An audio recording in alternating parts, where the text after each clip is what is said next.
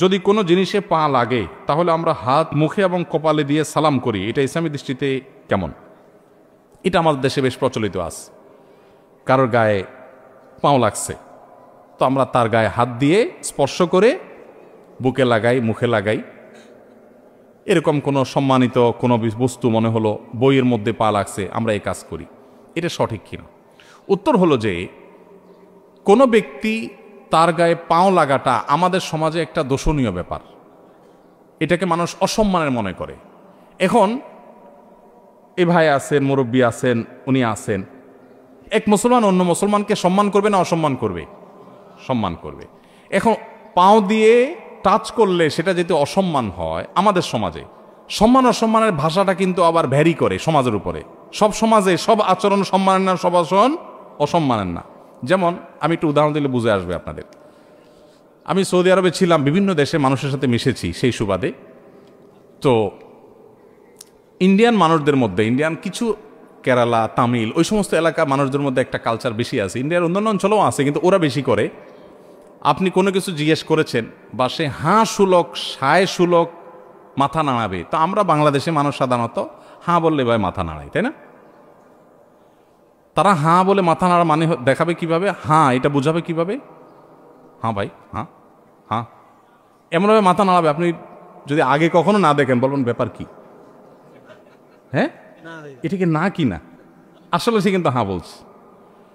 তো এই যে মানুষের ভাষা, এটা অঞ্চলভেদে পরিবর্তন হয়। একই ভাষা এক জায়গায় একটা মিন করে, আরেক জায়গায় আরেকটা মিন করে। আমি ফিলিপিনোদেরকে দেখেছি সৌদি আরবে, তাদের সাথে কাজ করেছি। আমার অফিস সহকর্মীও ছিলেন ফিলিপিনি ওলামা একরাম, দায়ীরা ছিলেন দাওয়া অফিসে সৌদি আরবে। তো ফিলিপিনিরা, তাদেরকে যদি আপনি জিজ্ঞেস করেন ভাত খাইছু কিনা, তারা জবাব দিবে কি আপনি জানেন? মুখে জবাব দেখান না দেখ, আচরণ। যেমন আমরা মাথা নাড়ে যদি জবাব দিই, তাহলে আমরা কি বলবো? হ্যাঁ খাইছি, এই টাইপের কিছু একটা বলবো, তাই না? মুখে না বললে মাথা নাড়লে। আর ওরা কি করে? চোখের উপর দিকে উঠায়, যেমন এই যে এরকম বলে। এখন আমাদের যদি কাউকে জিজ্ঞেস করা হয় ভাই ভাত খাইছো, আর ও যদি এরকম চোখ ঘোরায়, মায়ের খাওয়ার উপক্রম হবে না? জিজ্ঞেস করলাম তুমি ভাত খাইছো কিনা, ভালো কথা বললাম, তুমি তো চোখ বড় বড় করতেছো। তাহলে যেই জিনিসটা তাদের কাছে হাঁ সূচক, সেটাই আমাদের কাছে আয়েব সূচক। এই জন্যই বলা হয় এক এলাকার গালি আর এক এলাকার। এই জন্য শরিয়ার নির্দেশনা অনুযায়ী মানুষকে সম্মান করতে হবে। এখন পাও লাগাটা আমাদের এলাকাতে এটা আয়েবের, অসম্মানের। কাউকে অসম্মান করতে হলে পাও দিয়া তাকে টাচ করা হয়। আরবের মানুষের কাছে এটা কিন্তু আয়েবের না। বিভিন্ন হাদিস পাওয়া যায় যে নবী করিম সাল্লাল্লাহু আলাইহি সাল্লাম কেউ শুয়ে আছেন, ডাকবেন তো পাও দিয়া ডাকছেন। এখনো আরবদের মধ্যে একটা ট্র্যাডিশন আছে, দেখবেন পাও দিয়া ডাকা হয়। কেউ হারাম শরীফে যদি যেয়ে থাকেন মক্কা মদিনা, দেখবেন চিত হয়ে শুয়েছেন মসজিদে, হয়তো আরো জন এসে আপনারা ডাকবে, তো আমার দেশে তো সুন্দর করে হাত ধরে বলবে ভাই উঠেন।